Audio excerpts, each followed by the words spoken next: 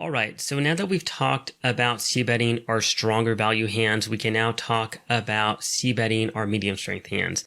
And as you already know from earlier in the course, our default strategy with our medium strength hands is to check these back rather than c-bet them. So why is that? Well, it's for a couple of reasons. Number one, it's to stay balanced. So we can bluff catch against opponents that are bluffing with our medium strength hands. Because if we're always betting our hands that are medium strength and our strong value hands, and we're always checking back our drawing hands or weaker hands, we're exploitable. But if we're checking back these hands, we can bluff catch against aggressive opponents. The second reason is because of their strong showdown value. So there's not a lot of benefit in c-betting these because we can't always get value for them. But we can always look to check these down because they have decent showdown value against a lot of our opponents. Now, with that said, we can c-bet these, and we should c-bet these in a lot of situations exploitatively. Now, we already talked about where a medium strength hand can turn into a strong value hand, but there are other situations where we can look to c-bet these versus weaker opponents, either to get value from weaker opponents or also a combination of thin value plus protection. And so like our previous video, I went ahead and I've queued up some hands. And so again, we're going to take a look at some hands. And as always, remember, we need to pay attention to our c-betting factors whenever we're looking to c-bet or not. So all these are going to come into play. So let's go ahead and let's take a look at our first hand. All right, so for our first hand, we have Jack 10 suited. And we are playing four-handed, so we are effectively in the cutoff. So remember that when there are less people in the hand, we always move our hand to the latest position. So if we look at Jack 10 suited, at first glance, somebody may say, oh, I'm under the gun because I'm first person to act. But if we go to the latest position before the button here, we are effectively in the cutoff. So Jack 10 is definitely going to be a hand that's within our open raising range, which we open raise. And we get a fold from both from the button and from the small blind. And we get a defend from the big blind. Now, before I go any further, I'm going to go back to the very beginning of the hand, and I want to highlight a couple of things. Number one, look at the effective stack sizes between myself and the big blind. And of course, it says post big blind. So let's go ahead and now we can see it. So big blind is playing over 300 big blind effective stacks, and I am playing over 200. So we are playing deep stack poker at 25 NL, and this may play a role in how we play our hands. Now, I don't remember the actual breakdown of this hand of how it works, but we definitely always want to consider the stack sizes. So again, the stack sizes play a role, even though we haven't even played our hand yet. So I want you to understand that. All right, so let's go ahead and let's continue. So let's go to the flop. So the flop, we're playing deep stacked, and we end up flopping middle pair. So again, we're talking about our medium strength hands. So we have a pair of jacks, and we have a gutter straight draw. So queen won't prove us to the straight since we have Jack 10. But again, our hand is a combination of a medium strength value hand plus a drawing hand. Our opponent checks, and the action is on us. So again, we don't know anything about our opponent, so we should stick to our default strategy. And our default strategy with our medium strength hands is check them back, which we do. The turn really isn't a great card. So the clubs get there, so our opponent could easily have a flush here. They could have a pair plus a combo draw, just like us, but it could be with a club draw. So our opponent checks again. The question is, do we bet here or do we check? And again, this really depends on our opponent whether we can bet here or not. So it really depends on our opponent's playing style. Unfortunately, we don't have any HUD stats. We don't have any notes. So the question is, can we thin value / protection bet here? Against certain opponents you can, against other opponents you can't. So depending upon your opponent's playing style, against certain opponents, I like checking back this turn for a showdown value. Against other opponents that we think play fairly straightforward and will fold their equity share, I like betting this turn for a combination of thin value and protection. So again, it's really based on your opponent. We do decide to check back. The river is a relative blank, and our opponent checks again. So the question is, can we thin value bet this river? Can we target the weaker portion of our opponent's range? Will they call us with a weaker jack? Will they call us with an ace high? Will they call us with a pair of tens, a pair of nines, a pair of eights? That is the question that you need to be asking on this river. And if they will, then definitely bet. If not, just stick to your standard line and check down with your showdown value. And again, we know nothing about our opponent. So we checked down and our opponent ended up defending pre-flop with 2-3 offsuit. Pretty bad hand. I wouldn't put this in my big blind defending range. So definitely our opponent, even though they're playing deep stacked, really don't want to be defending 2-3 offsuit, regardless of how deep you're playing. You're not going to see a lot of flops.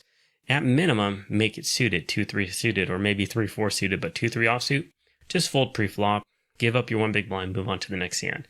So this is a perfect example of just checking down for showdown value against an unknown opponent on a board texture that really isn't that great for us. All right, so on to hand number 2. So we are playing 5-handed here. We are playing 25 and L again. We have under the gun, which is effectively middle position. Fold action is on us on the cutoff. We open raise with pocket sixes. Action folds around to the big blind that does defend. Now the flop is an ace high with 2-4, so it's a rainbow flop. Our opponent checks. And in this situation, we decide to fire out a continuation bet. So why are we firing out a continuation bet here?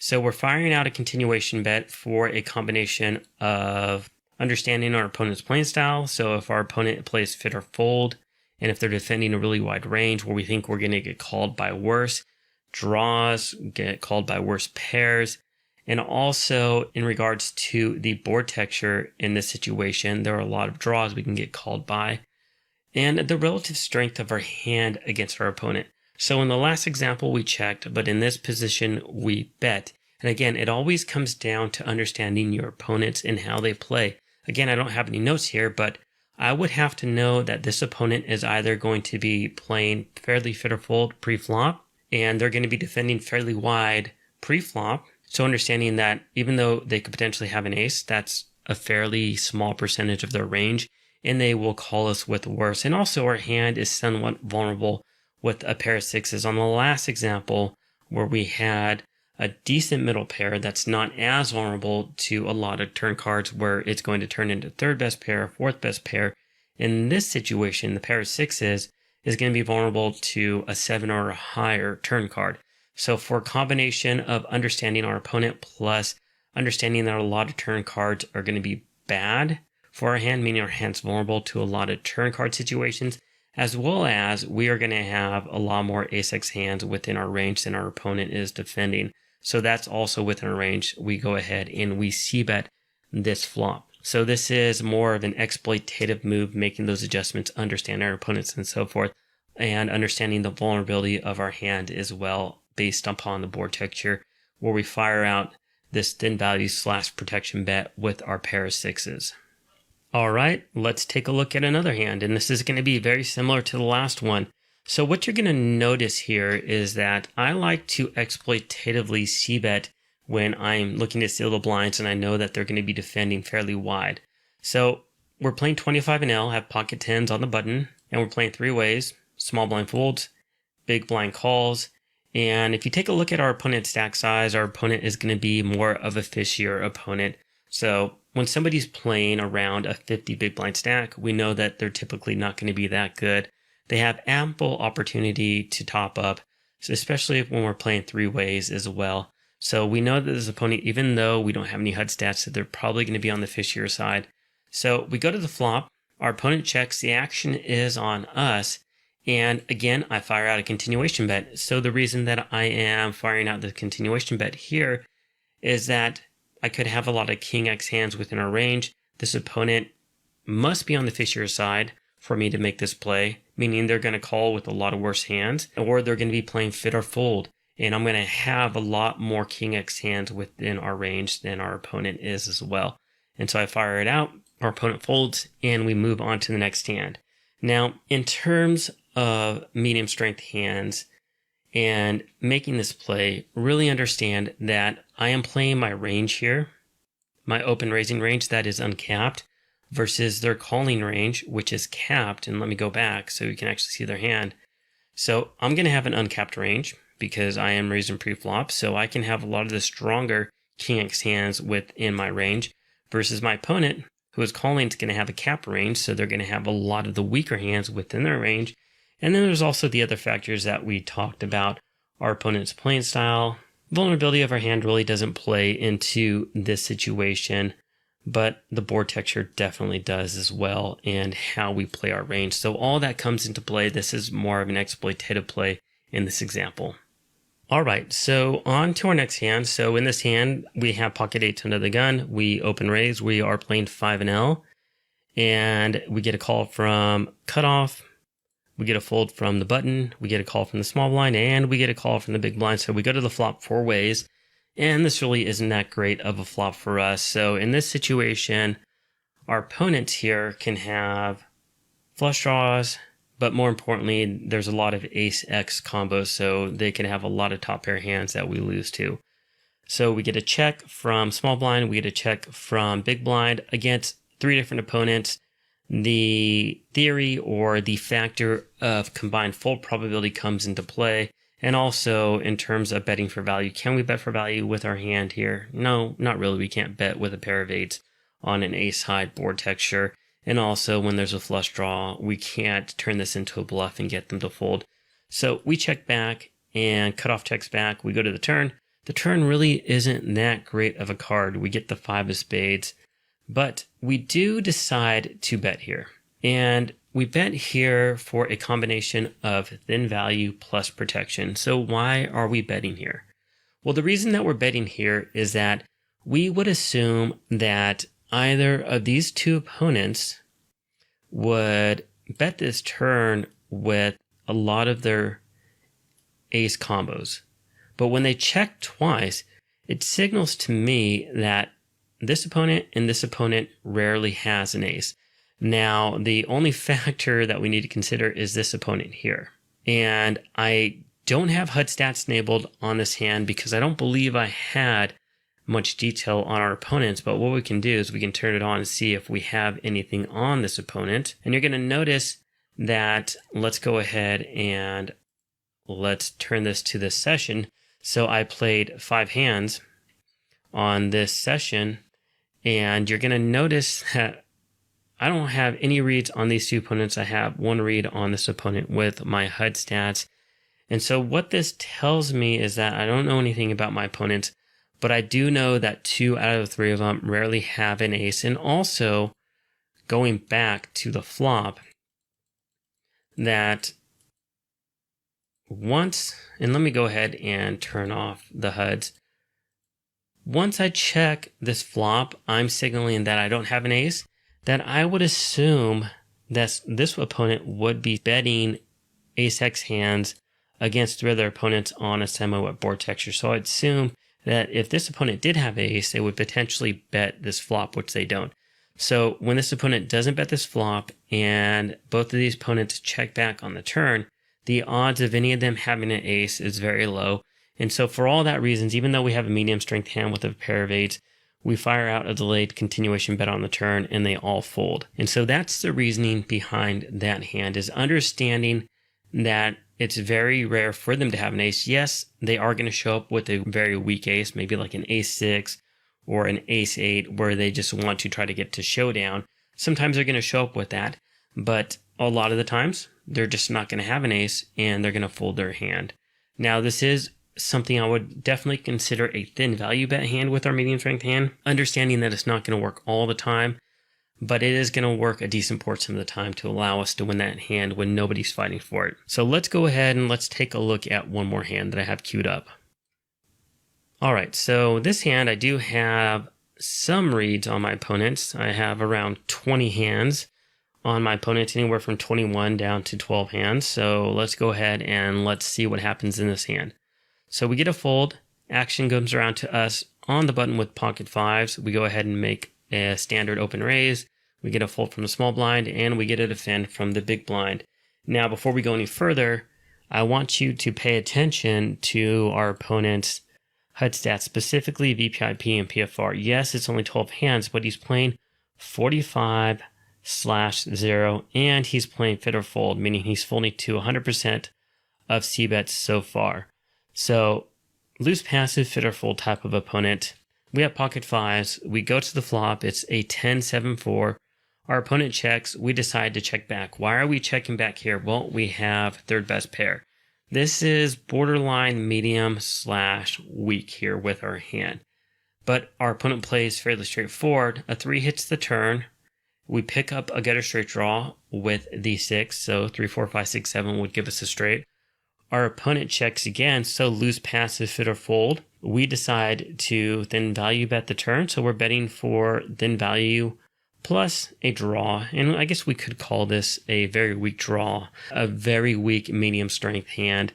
Now, in terms of the strength of the hand, what I do want you to understand is that there's absolute strength, and remember there's relative strength. So compared to this opponent and the style that they are playing and the means which they are playing, a pair of fives is stronger than what it would be against other opponents. So against certain opponents, this hand would be a weaker made hand. Against this opponent, it's more of a very low-end medium strength hand. And so we can bet here for thin value and also a combination of draw as well with our drawing hand. So it's a combination of drawing plus thin value. So our opponent does call. We go to the river. Really not a good river card. And it really doesn't change too much unless our opponent has a 7x hand. Yes, there is a backdoor diamond draw, but I mean, I really don't take backdoor draws in consideration against a 45/0. So our opponent checks, and at this point in time, I don't think we can get value. So we check back, and our opponent ends up having ace-jack offsuit. So our opponent is calling with 100%. Well, 100% of the time when they do call, they are calling. They are never raising so far. So their VPIP is 45%. So they're going to have a very wide calling range. Because they are never open raising, this is a weak loose type of a limper. They're going to have very strong hands. They're going to have very weak hands within their range there. But this is a medium strength hand by the time we do get to the river, even though we thin bet the turn. By the time we get to the river, we just go for showdown value. There's really no need to turn this into a bluff. And again, if we look at our opponent's hand, not to be results oriented, but do we get value from an ace high? No, not really, especially against somebody that's folding to a lot of c-bets. Yes, it's only 12 hands, but we understand how they play in general. And they did call the turn, probably assuming that their ace high might be good. And when they check back the river, we decide to check back, and we win the hand. So that's going to conclude this lecture. Going back to just our overall strategy, let me go ahead and minimize all these hands. Just understand that our default strategy with our medium strength hands is to check them by default if we don't have a really good reason to c-bet for a combination of balance and our strong showdown value. But if we are looking to potentially exploit our opponents, we can exploitatively c-bet these for either thin value or to exploit our opponents calling too much. For some reason or another, we can look to exploitatively c-bet these hands, or if we are looking to make our opponents potentially fold their equity, maybe they're playing fit or fold. Again, we can c-bet these exploitatively, but by default, we're looking to check them for balance and for their strong showdown value. So hopefully this was a good overview on medium strength hands. You'll notice that I do like to exploitatively c-bet them, especially when I'm playing against small blind and big blind. But against certain opponents, it just makes sense just to stick to our standard checking back these hands for these reasons. So anyways, if you have any questions, please let me know. If not, thanks for watching, and I'll see you at the next video. Take care.